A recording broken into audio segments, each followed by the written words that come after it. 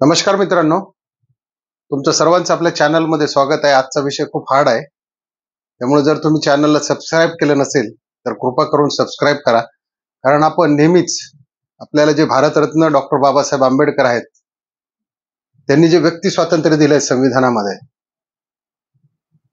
त्यामुळे आपण प्रत्येक जण कुठल्याही विषयावरती बोलू शकतो सोशल मीडियावरती.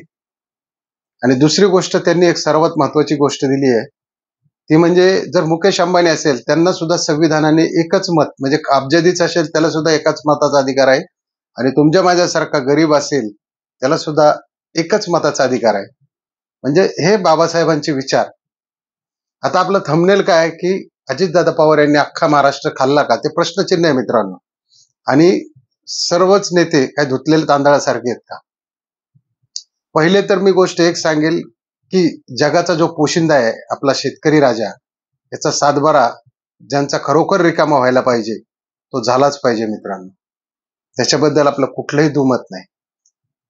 पण मित्रांनो, आता बऱ्याच लोकांनी अजितदादाला ट्रोल केलं की अजितदादांनी 70,000 कोटीचा भ्रष्टाचार केला. तर मग त्यांना देवेंद्र फडणवीस साहेबांनी क्लीन चिट दिली, मोदी सरकारने क्लीन चिट दिली. तर एवढा मोठा घोटाळा केला होता, तर मोदी सरकारने त्यांना पक्षात घेऊन आज दादांची चौथी पाचवी टर्म आहे उपमुख्यमंत्र्याची. अर्थ खातं बरेच दिवस झालं त्यांच्याकडे आहे. तर मग अर्थ खातं जर त्यांच्याकडे होतं, त्यांना माहित नाही का की तिजोरीत खडखडाट होणार आहे? मग तुम्ही लाडक्या बहिणीच्या योजना सुरू केल्या, किती दिवस फक्त निवडून येण्यापुरत्या.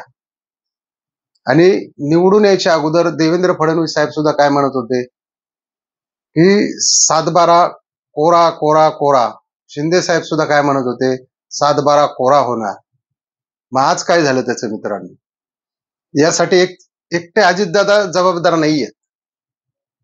मला सांगा, हेच जर आता आपण दुसऱ्या नेत्यांच्या बाबतीत बघितलं, जर तिजोरीचा खडखडाट आहे मित्रांनो, तर मोदी साहेबांनी एक करावं, जे निवडून आलेले सत्तेतले आमदार आहेत आणि विरोधी पक्षातले पण आमदार आहेत, जे काही नेते आहेत, सरपंच असतील, नगरसेवक असतील, खासदार असतील, मंत्री असतील, माजी मंत्री असतील, माजी मुख्यमंत्री असतील, या सर्वांच्या प्रॉपर्टीची चौकशी करा मित्रांनो.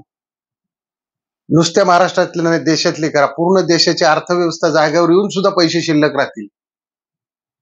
महाराष्ट्रातल्या जर सर्व नेत्यांची जर प्रॉपर्टी जर चेक केली मित्रांनो, ज्यांची वडिलोपार्जित आहे त्यांना सोडून, तर आपली तिजोरीचा खडखडाट नाही, आपली तिजोरी पूर्ण भरून सुद्धा भरपूर पैसे शिल्लक राहते. मग हे असं का करत नाही? आता तुम्ही बघा, संसदेत सुद्धा किंवा सभेत सुद्धा किंवा टेलिव्हिजन मध्ये सुद्धा किंवा प्रेस कॉन्फरन्स मध्ये नेते काय म्हणतात, आमचं हिंदुत्व, आमचं हिंदुत्व, तुमचं हिंदुत्व हे, आमचं हिंदुत्व हे, यांचे विचार हे, त्यांचे विचार हे. मग त्याच्यामध्ये ते असं का म्हणत नाही की तुझे 4 गोव्याला हॉटेल आहेत, तुझे दुबईला इन्व्हेस्टमेंट आहे, तुझे बँगलोरला हॉटेल्स आहेत, तुझे इथे इथे जमीन आहे. ह्या सर्व नेत्यांना माहिती आहे, हे सर्व एक माळेचे मणी आहेत, हे सर्वांनी खाऊन बसलेले आहेत. हे समुद्रातील थोडक्यात मोठे मासे आहेत मित्रांनो, ज्यांचं कुणीच काही करू शकत नाही, असे हे पॉलिटिकल मोठे मासे आहेत. यांचं एकमेकांना सगळं माहिती आहे, कुणी किती खाल्लंय, कुणाकडे किती पैसे आहेत, कुणाकडे किती प्रॉपर्टी आहेत. मी सत्तेत असणाऱ्या लोकांना म्हणत नाही किंवा कुणाचं इंडिव्हिज्युअल नाव पण घेत नाही.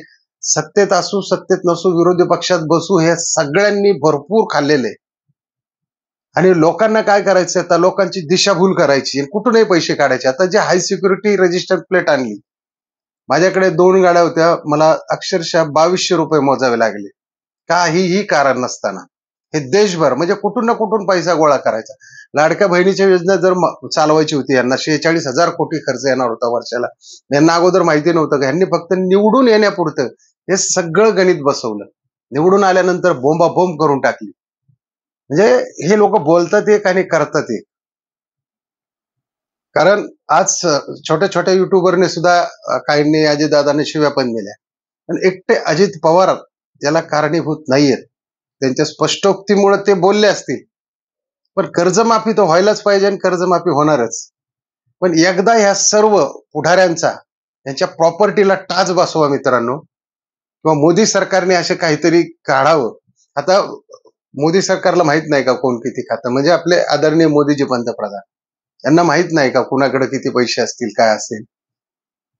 आपलं जे धन आहे ते मित्रांनो परदेशात काळं धन गेलेलं नाही, ते देशातच आहे.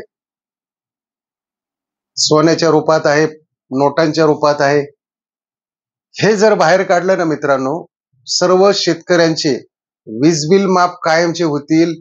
त्याच्यानंतर सर्वांचे सातबारे कोरे होतील. सर्व लाडक्या बहिणींना वेळच्या वेळी पैसे जातील. यांनीच भरमसाठ इतकं खाऊन ठेवलेलं आहे की आता देणार काय, कुठून करणार काय. तर मित्रांनो बघा, तुम्हाला म्हणजे लक्ष देत असेल, ही लोक फक्त एकमेकाला जातीवादी, तू ह्या जातीचा, तू ह्या जातीचा, तू त्या जातीचा. आता ताजे प्रकरण तुम्हाला बीडमध्ये कळलं असेल की किती डंपर, किती कोटीची प्रॉपर्टी कुणाकडे निघावी. म्हणजे हा छोटा तर प्यादा आहे, जे मोठमोठे मासे आहेत त्यांच्याकडे किती लाखो करोडो रुपयांच्या प्रॉपर्ट्या पडून आहेत. त्या कुणाच्याही कामाला येत नाही. ह्यांच्या पिढ्यानं पिढ्या हे लोक वापरत बसतात. म्हणजे ह्यांनी फक्त काय करायचं, आपलं तोंडावर भांडायचं, फक्त भांडायचं. कुणी कुणाच सांगायचं नाही, कुणी किती खाल्लंय, कुणी कुणाला किती. सगळ्यांना माहिती आहे, सगळ्या पक्षाचे फुटलेले आहेत, इकडे आहेत तिकडे आहेत. सगळे फक्त हा असा बोलतो, तो तसा बोलतो, हा सकाळी उठतो, हा दुपारी उठतो. अरे काही नाही, तुम्ही एकदा सांगा ना, डायरेक्ट नावं घ्या. यांनी इतकी जमीन याची, इथे इथे इतके हॉटेलमध्ये याची इन्व्हेस्टमेंट आहे, कुणी कुणी कुणाच्या नावावर कुठं कुठं पैसे टाकलेले.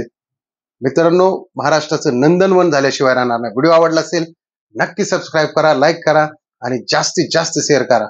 जय हिंद, जय महाराष्ट्र.